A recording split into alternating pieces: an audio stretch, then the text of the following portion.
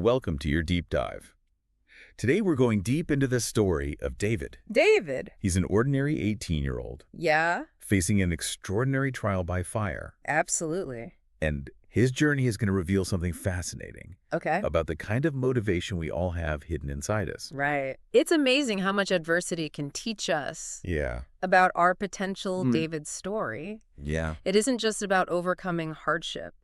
Oh. It's a masterclass in resilience, resourcefulness, Wow. and making high-pressure decisions. And that's what we're going to unpack today. Yeah. How did David navigate those challenges? Yeah. What can we learn from his experience, even if hopefully we never face anything quite so intense? Exactly. Because here's the thing. We often don't realize how strong we are until we're put to the test. Right. And David, Yeah.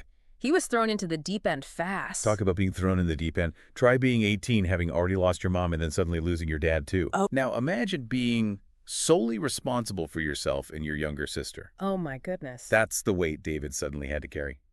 Imagine the pressure of that situation. Still a kid himself, but forced to become an instant adult. Right. Most 18-year-olds are worried about prom dates and college applications. Yeah.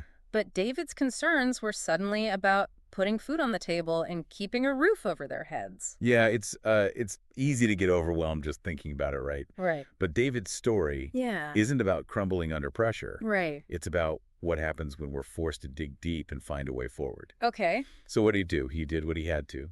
Dropped out of school, took on a full-time job at a local mechanic shop, all while caring for his younger sister. Think about the kind of mental fortitude that takes. Right. He's dealing with grief responsibility and the constant stress of financial instability, and yet he keeps going. That's It's resilience in action. it's remarkable. And this is where the story could have just become about David getting by, about just surviving. Right. But that's not David. Yeah. He sees an opportunity at the mechanic shop, Okay. a chance to turn things around, a high-stakes competition, to become a full-fledged mechanic. This wasn't just any other day at the garage, though. Oh, yeah. To win this, he'd have to go head-to-head against seasoned mechanics guys who've been doing this for years, Right. all while David was practically starting from scratch. You'd think that would be intimidating, right? Yeah. But instead of getting discouraged, Mm-hmm. David uses it as fuel. Wow. He throws himself into learning everything he can about engines, even using those long hours cleaning car parts as a chance to study their design. It's a fantastic example of turning a disadvantage into an opportunity. Yeah. He couldn't afford formal training, so he created his own hands-on crash course. Oh, wow. It's almost like those ancient stories where blacksmiths would whisper secrets to the metal as they worked. David was developing an intuition for these machines just by being around them. And that brings us to the competition itself. Okay. Imagine the scene. David walks in, probably still greasy from his day job, and there are these three other mechanics' tools laid out like an operating room. Confidence practically oozing out of them. Oh, yeah. This is the classic underdog story, right? Absolutely. And the challenge itself is just as intense. Okay. Picture this. Each mechanic is presented with the same engine, same model, same problem, a real head-scratcher by the sounds of it. Right. First one to correctly diagnose and fix the issue, get that engine roaring back to life, wins the job. Talk about pressure. Right. So what happens? Not yet. Does David crack? Not a chance. Okay. David, remembering his boss's guidebook, starts systematically troubleshooting. That's This wasn't luck. It was methodical, process-driven problem solving. right. He was taking all that knowledge he'd absorbed all those hours spent studying and putting it into action. Well, the other mechanics are hot rodding around him with their wrenches. Pretty much. Okay. They were moving fast, all clanking tools and years of experience. Yeah. Right. But here's where it gets interesting. That pressure, that feeling of being the underdog, it seems to sharpen David's focus. But He's yeah. locked in. Okay, so he's in the zone, but we know from the start he doesn't win. Right. So what tripped him up? Yeah. Was it just lack of experience?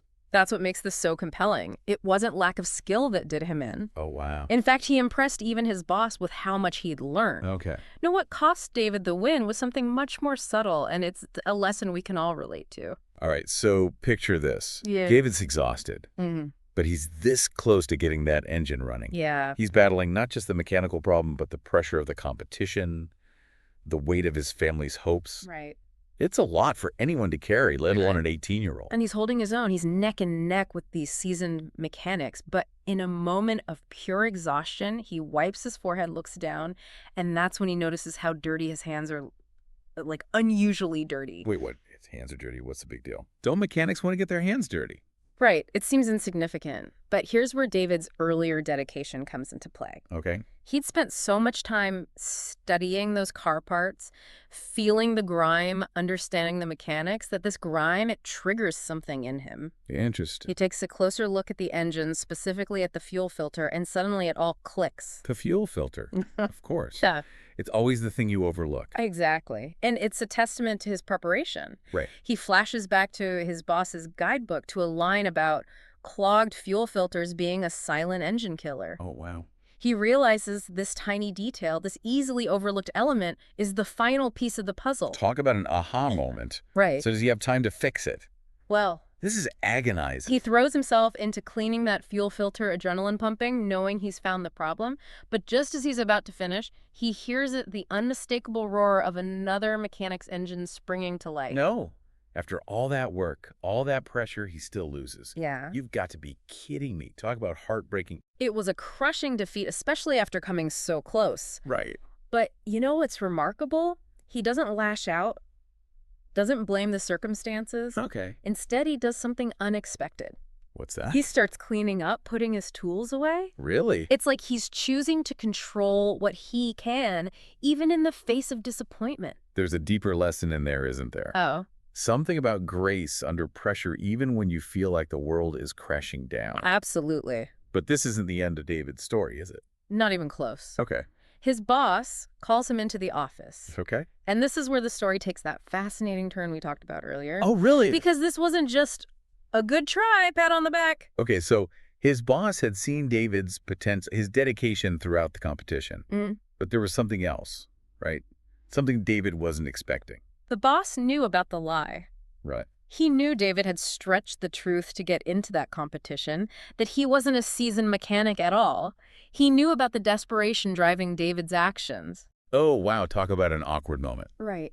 So what happens? Does David try to deny it? Try to save face? No, and this is where we see another layer of David's character emerge. Okay. He owns up to it. He admits he was desperate to provide for his family and saw the competition as his only shot. Wow. So he was honest even when a lie might have been easier. And here's the thing. The boss doesn't get angry. Or else. If anything, he seems almost impressed by David's honesty, and more importantly, his sheer audacity. Okay. Remember, this boss had likely seen it all, but David's raw talent and willingness to fight for his family, it clearly struck a chord. It's like they say fortune favors the bold, right? Exactly. But here's the catch. The boss understands the importance of integrity, of doing things the right way, so he offers David a compromise, a chance to prove himself. Okay. He offers him a job not as a mechanic, not yet, but as his assistant. So not the dream job, but a foot in the door. Right. A chance to learn from the best, to build his skills legitimately. And it came with a non-negotiable, complete honesty moving forward. This wasn't just about mechanics anymore. It was about building trust, Okay. about proving that David could be relied upon. And did he take it? He did, and from there, David's story becomes a testament to what happens when we commit fully, when we burn those metaphorical boats. The burn the boats concept, I love that you brought that up. Uh-huh. Because think about it, by accepting this offer, David was saying yes to his future. Even though it meant more hard work, more challenges, there was no safety net this time, no plan B. It's a powerful concept. Yeah. It doesn't mean we should all make reckless decisions. Right. But it speaks to the power of commitment. When we eliminate our escape routes, we often find a level of focus and determination we didn't know we had. And that's exactly what David did. He threw himself into this new opportunity, learning everything he could from his boss, building his skills the right way. And here's the takeaway for you listening. What are the boats in your life that might be holding you back? Are you playing it safe, hesitant to fully commit to your goals? David's story is a powerful reminder that sometimes the greatest growth comes when we're willing to step outside our comfort zones, to embrace the challenge, and yes, to burn those boats behind us